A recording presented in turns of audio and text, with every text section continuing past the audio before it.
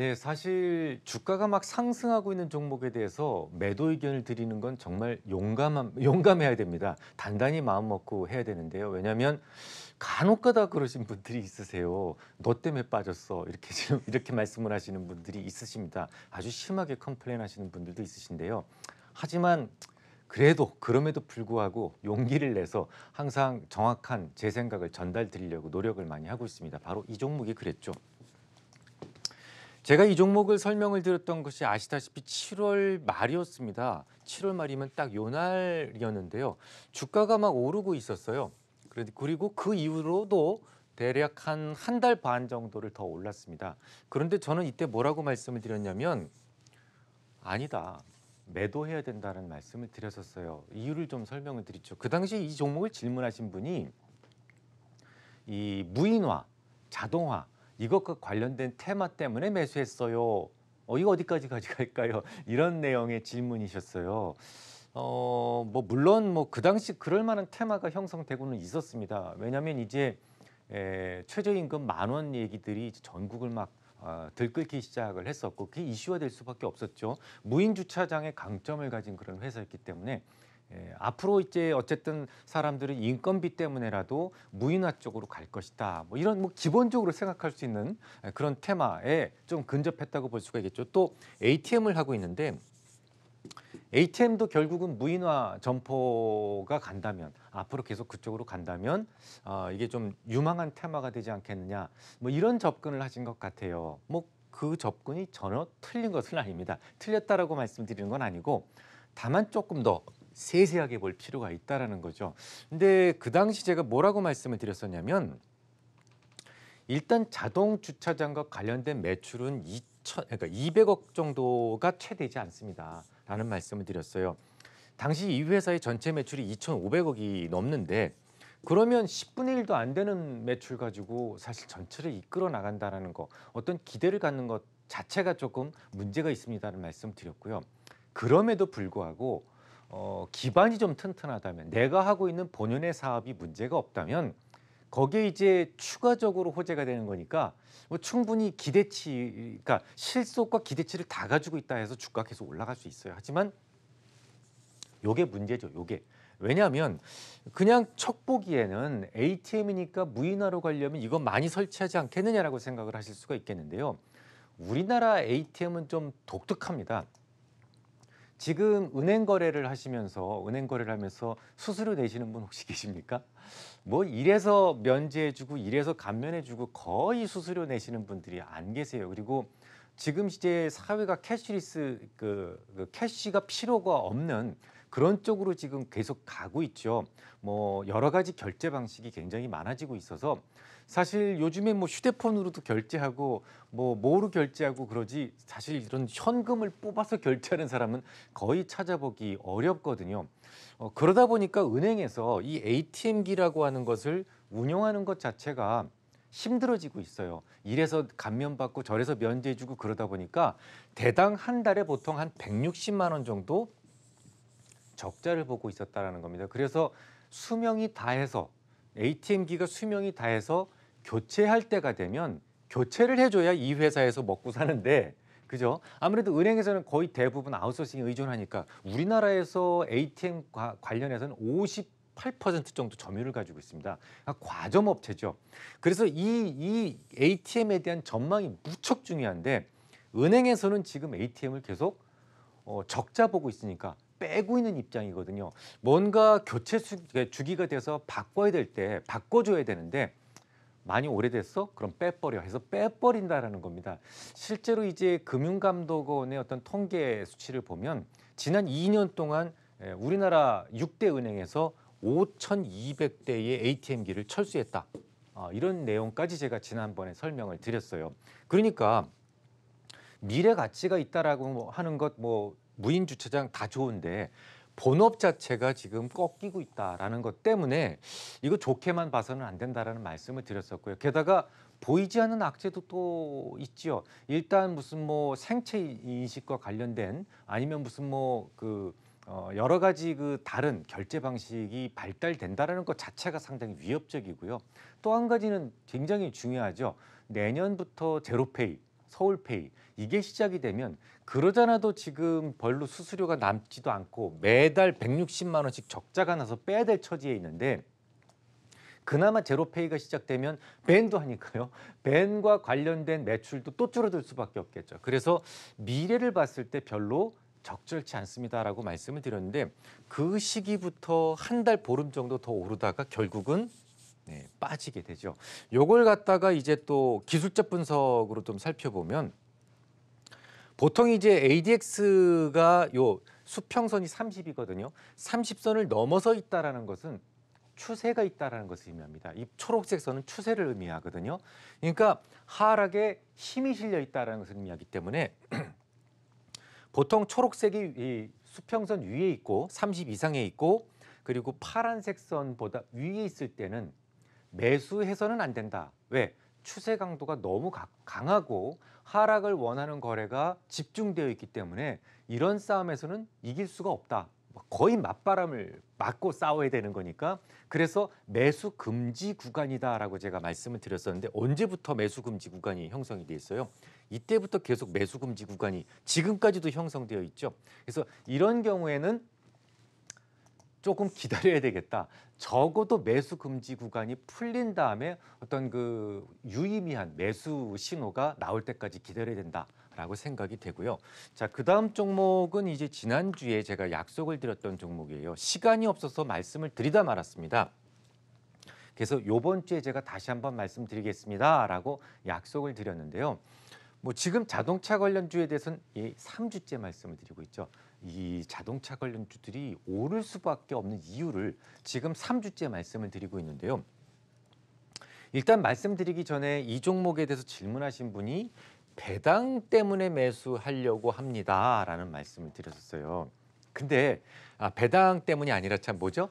자사주 매수 때문에 매수한다라고 말씀을 해주셨어요. 뭐 똑같은 얘기입니다. 왜냐하면 자사주를 매수하게 되면 이 자사주에 대해서는 배당의 권리가 사라지게 됩니다. 그러면 이만큼 벌어가지고 이 뭐 이렇게 나눠 먹다가 요만큼이 배당의 권리가 사라지게 되면 나머지만 가지고 먹고 살 수 있기 때문에 소위 배당 성장 할인 모형에 의해서 주가는 상승할 수밖에 없다라는 말씀을 지난주에 드렸어요.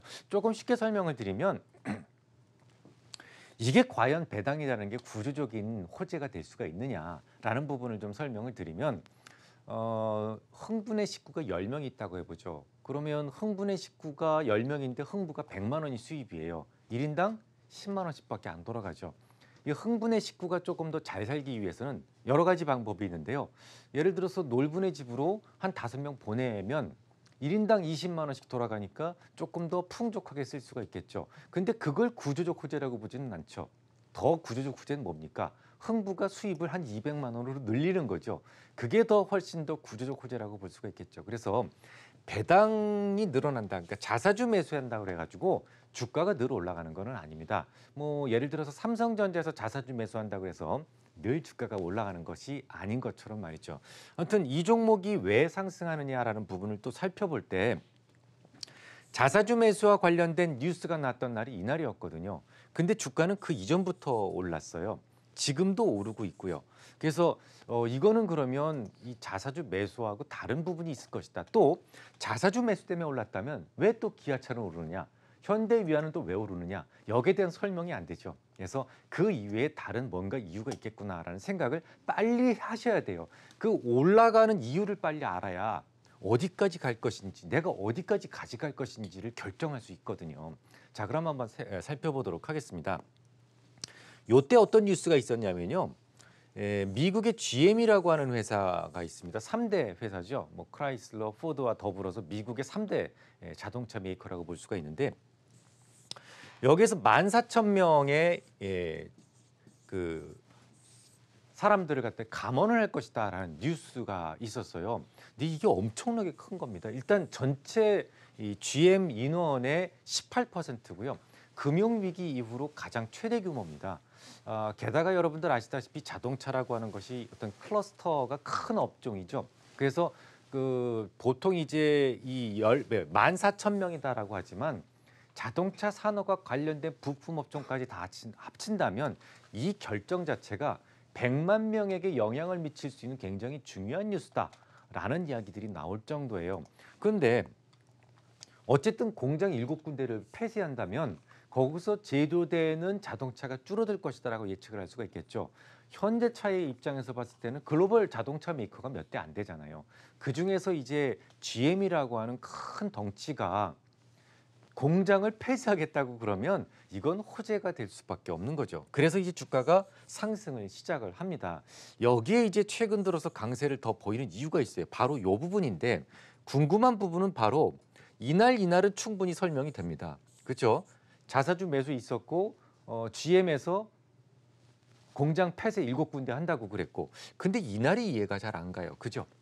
이날은 어떤 뉴스가 있었냐면 중국이 미국산 자동차에 대해서 홧김에 40% 관세율을 때린 거 아시죠? 그러니까 처음에 이제 중미 무역 전쟁이 막 시작이 될 때 미국의 어떤 그 관심을 얻으려고 우리는 그러면 우리 중국으로 들어오는 관세율을 15%로 낮출게라고 했어요. 그런데 미국에서는 됐고 그거 다 필요 없고 무역 전쟁은 계속되면서 계속 때렸지 않습니까? 그러니까 중국이 화가 나서 다른 나라는 다 15%인데 너희 미국만 40%야 라고 팡 하고 올려버리죠. 그렇죠. 그런데 이제 이날 어떤 뉴스가 있었냐면 미안해 40% 이거 취소할게 다시 요렇게 갈게라는 그런 그 시기는 발표는 안 했지만 이렇게 할 수 있어라고 발표를 하게 됩니다. 그렇게 되면 사실 미국의 자동차 3사는 중국으로 지금까지 40% 관세 장벽에 막혀서 넘어가지 못했었는데 이게 15%까지 평평해진다면 미국산 자동차가 많이 들어가면 우리나라 현대차한테 악재가 되잖아요. 그런데 왜 더 올랐을까라는 부분입니다. 이 친구만 오른 게 아니라 다 올랐어요. 기아차도 올랐고 또 현대위아도 올랐고 자동차 관련주들은 다 올랐습니다. 그 이유를 좀 설명을 드릴게요. 예, 사실 여러분들 아시다시피 중국이 지금 조금 전에 제가 뭐라고 말씀을 드렸냐면 경제가 드디어 이제 무역 전쟁으로 해서 무너지기 시작을 했다는 말씀을 드렸었죠. 실제로 지난 9월이었죠. 그 중국의 회사채 부도율이 사상 최대를 기록했다라는 뉴스가 나왔었습니다. 그런데 그 다음 달에 뭐라고 얘기했냐면 그 사상 최대치보다도 20%가 더 커졌다. 부도율이 회사채 부도율이 이런 뉴스가 나옵니다. 또 이번 주에는 어떤 뉴스가 있었냐면 중국의 인민은행이 유동성 공급을 1조 2,500억 위안을 했다라는 뉴스가 있었어요. 그런데 이게 지난달에 얼마였냐면 고작 그 6,980억 위안밖에 안 됐었거든요. 그러니까 한 달 만에 무려 유동성 공급을 2배나 한 겁니다. 그런데 회사채 부도율은 훨씬 더 커진 거죠. 이걸 뭘 의미하겠습니까? 부도가 안 나게 지금 거의 지금 애를 쓰고 있지만 유동성을 최대한 공급을 하고 있지만 2배까지 늘리면서 공급을 하고 있지만 거의 요지부동 무너지고 있다는 것을 의미하거든요. 그러니까 중국은 지금 선택의 여지가 없는 겁니다. 그런데 지지난주 제가 뭐라고 말씀드렸냐면 지금 현재 중국과 미국의 어떤 무역 협상의 최전방에 세우는 사람을 로버트 라이트하이저로 세웠다라는 말씀을 드렸어요. 그리고 이 사람은 지금 어떤 물량의 딜을 하려고 그러는 게 아니라 지적재산권 그리고 관세 이외의 장벽, 그거 갖다 이제 비관세 장벽이라고 그러는데요. 이런 부분들을 좀 더 중점을 두고 있다라는 말씀까지 드렸어요. 여기에 힌트가 있습니다. 사실 제가 3주 전에 현대유아 설명을 드리면서 말씀드렸던 거 기억나시죠? 왜 현대유아가 떨어졌느냐? 내연기관과 관련된 2000cc를 만들 수 있는 공장을 중국에 졌는데 중국이 비관세 장벽을 딱 때려버린 거죠. 1600cc 미만 엔진에만 보조금을 지급하겠다. 뭐 이렇게 이야기를 하면서 비관세 장벽을 세운 거잖아요. 그런데 지금 미국에서 원하는 게 뭐냐면 이걸 허물어라 이겁니다. 비관세 장벽을. 자, 그럼 비관세 장벽을 허물 때 과연 미국만 수혜를 보겠느냐라는 거죠. 그래서 바로 현대차라든지 기아차라든지 이런 것들도 뭐 40%에서 15% 떨어지면 얼뜻 생각을 할 때 야, 미국 차가 더 많이 들어갈 테니까 한국 차는 더더욱 갈 곳이 없지 않겠느냐라는 생각을 할 수가 있겠지만 사실 그 중요한 것이 물량이 아니라 중국에서는 15년 동안 30조 달러치 미국산 물건을 사겠다라고 얘기했음에도 불구하고 미국에서 뭐라고 얘기를 했냐면 됐고 다 필요 없어라고 얘기를 했거든요. 왜냐하면 사실 미국이란 나라가 달러를 발행을 해서 해외로부터 물량을 사가지고 오는 그런 경제 구조를 가지고 있잖아요. 뭘 사겠다고 했는데 30조 달러치를 사겠다고 했는데 미국은 제조업이 발달된 게 별로 없습니다. 팔아먹을 물량이 그만큼 없어요. 그러니까 더 중요한 게 얼마만큼 사주겠다라는 게 중요한 게 아니라 비관세 장벽을 무너뜨려라. 그리고 자꾸 그 도둑질해 간다고 그쪽에서 표현을 하는데요. 그런 부분들을 빨리 없애라라는 부분이거든요. 그래서 그랬을 경우에 누가 이익을 보겠느냐라는 그런 취지로 여러분들이 접근하시면 될 것 같습니다.